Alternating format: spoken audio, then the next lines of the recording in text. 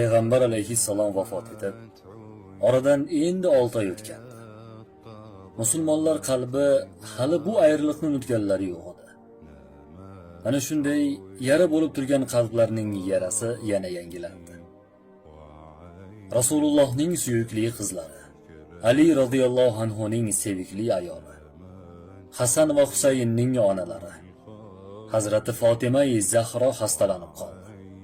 Hijratning 11-yili, Ramazon oyining 2-kuni, dushanba edi. Shu paytgacha ora-sira kasal bo'lardi, ammo bu safargisi ularga o'xshamadi. Yaxshi yomon kunlarida uni yolg'iz qoldirmagan xo'jayini Ali uni yonida qo'llaridan mahkam tutib turardi.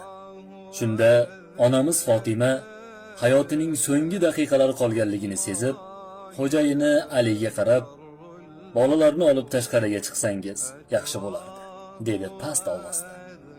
Suyukli yorini bu so'zlari Hazrati Alining yuragini tilkalab tashladi. Ammo Hazrati Ali uni xafa qilmaslik uchun o'zini tushunmaslikka olib, bolalarini onasiga yaqinlashtirdi. Ularning 5 ta bolasi bor edi. Hazrati Fatima ularni birma-bir quchib erkaladi va farzandlari bilan xayrlashdi.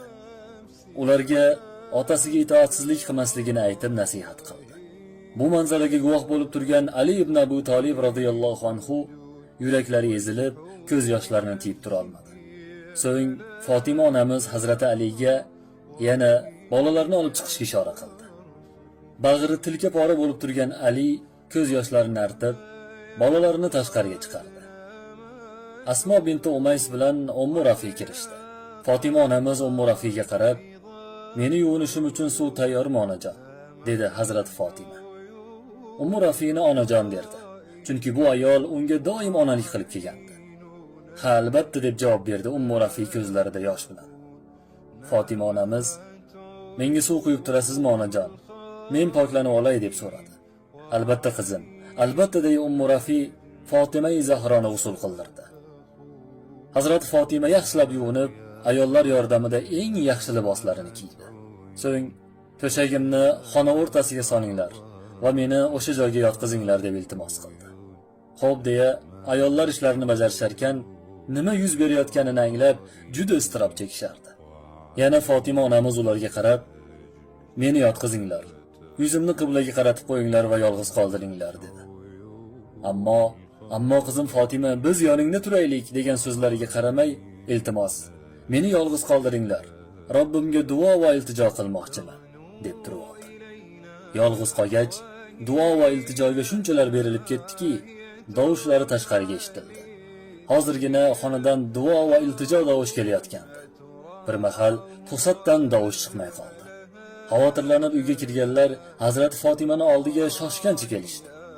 Ular ne ko'z bilan ko'rmasinlar, ayollarning sayyidasi, payg'ambarlarning suyukli qizi, Alining rafiqasi, 5 ta mayda bolaning onasi, jannat ayollarining yetakchisi Fatima-i Zahroning yurak urishdan to'xtagandi.